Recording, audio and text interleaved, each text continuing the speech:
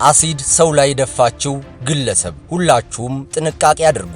እጅግ በጣም አስደንጋጭ መረጃ ከአዲስ አበባ ተሰምቷል። ለመስማት የሚከብድ ክስተት ነው። በሰው አካል ላይ አሲድ የደፋችው ግለሰብ ፍርድ ቤት ቀርባ በእስራት መቀጣቷን የአዲስ አበባ ፖሊስ አስታውቋል። እንደሚታወቀው ከዚህ በፊት በተደጋጋሚ ወንዶች ነበሩ ሴቶች ላይ አሲድ በመድፋት ጉዳት ሲያደርሱ የነበረው። አሁን ላይ ግን ጉዳዩ የተገላቢጦሽ ሆኗል። ጉዳት አድራሿም ሆነች በአሲድ ፊቷ የተበላሸችው ግለሰብ ሁለቱም ሴቶች ናቸው። የጸባቸው መንስኤ ቀላልና በየዕለቱ ሰዎችን ሊያጋጥም የሚችል ጉዳይ ቢሆንም ግለሰቧ ግን ይህን የጭካኔ ተግባር ለመፈጸም በመምረጥ ፊቷ በአሲድ እንዲበላሽ አድርጋለች። ፖሊስ አጠቃላይ የድርጊቱን አፈጻጸምና የፍርድ ቤት ሂደቱን በተመለከተ የተናገረው ነገር አለ።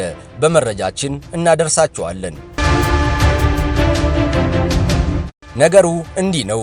ነዋሪነቷ በየካ ክፍለ ከተማ ወረዳ 10 ጊዮርጊስ ቤተክርስቲያን አካባቢ የሆነችው አበበች ቡናሻ የተባለች ግለሰብ ከቀኑ 7 ሰዓት ሲሆን በጎረቤቷ ላይ የመግደል ሙከራ ወንጀሉን ለመፈጸም ችላለች። የጸባቸው መንስኤ ተከሳሿ ከግል ተበዳይ በር ላይ ቆሻሻ ደፍታ ስትመለስ የግል ተበዳይ ድርጊቱን በመቃወም ለምን ቆሻሻውን እዚህ ቦታ ላይ ትደፊያለሽ በማለት ትጠይቃታለች። በዚህ ወቅት በተፈጠረው አለመግባባት ጠንካራ ቃላትን መለዋወጥ ይጀምራሉ። ነገሩ ቀስ በቀስ እየከረረ ሄዶ በመካከላቸው ከፍተኛ ግጭት ይፈጠራል። ቆሻሻውን የደፋችው ግለሰብ ወዲያው ሮጣ ወደ ቤቷ ትገባለች።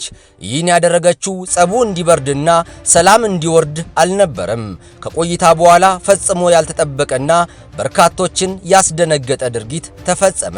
አሲድ ከቤቷ ይዛ በመምጣት የግለሰቧ አካል ላይ በመድፋት ከፍተኛ ጉዳት አደረሰችባት። የደረሰባትን ነገር መቋቋም ያቃታት ተጎጂዋም ፊቷን ይዛ እየጮኸች መሬት ላይ ወደቀች። ይህን ተከትሎም አካባቢው ላይ ግርግርና ውከት ተፈጠረ። ፖሊስ ወዲያው ቦታው ላይ ደርሶ ተጎጂዋ በሕክምና እንድትረዳ በማድረግ የምርመራ ስራውን የጀመረ ሲሆን መዝገቡን አደራጅቶ ለሚመለከተው አቃቤ ሕግ ላከ።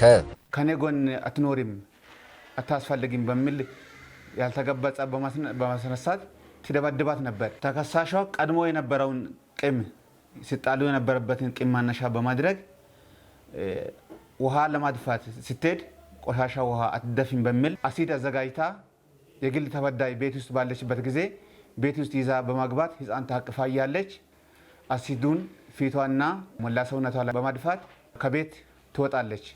የግል ተበዳይም ትጮሃለች። አካባቢ ላይ ሰዎች ጥቆማ ለፖሊስ ያደርሳሉ። እኛም በወቅቱ ፈጣን እርምጃ ለመውሰድ ቦታው ድረስ ሄደን የግል ተበዳይን ወደ ሐኪም ቤት እናደርሳታለን። ከዛም በኋላ የመጀመሪያ እርዳታ ተሰጥቷት ለተለያዩ ሆስፒታሎች ሪፈር ተደርጋ ሲታከም ቆይታለች። የሕክምናና የሰው ማስረጃ ሰነድ በማሰባሰብ ቆይተን ምርመራ መዝገቡን አጠናቀን ለፌዴራል ጠቅላይ አቃቤ ሕግ አቅርበን ክስ አስመሰርተናል። አቃቤ ሕግ ክስ ከመሰረተ በኋላ ጉዳዩን ሲከታተል የቆየው የፌዴራል የመጀመሪያ ደረጃ ፍርድ ቤት የካ ምድብ አንደኛ ወንጀል ችሎት ህዳር 16 ቀን 2018 ዓ.ም በዋለው ችሎት ተከሳሽ አበበች ቡናሻ በ9 ዓመት ከ8 ወር ጽኑ እስራት እንድትቀጣ ወስኖባታል።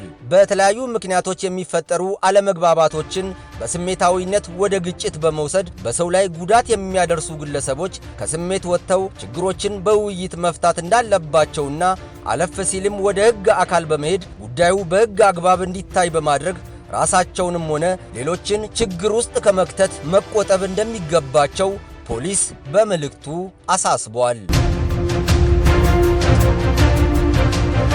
ውድ ተመልካቾቻችን ለአሁኑ ያደረስናችሁ መረጃችን ይህን ይመስላል። በየጊዜው አስፈላጊ የሆኑ የጥንቃቄ መልእክቶች እንዲደርሷችሁ ቻናላችንን ዛሬውኑ ሰብስክራይብ በማድረግ የሚዲያችን ቤተሰብ ይሁኑ። ይህ ዴይ ቱ ዴይ ኢትዮጵያ ነው።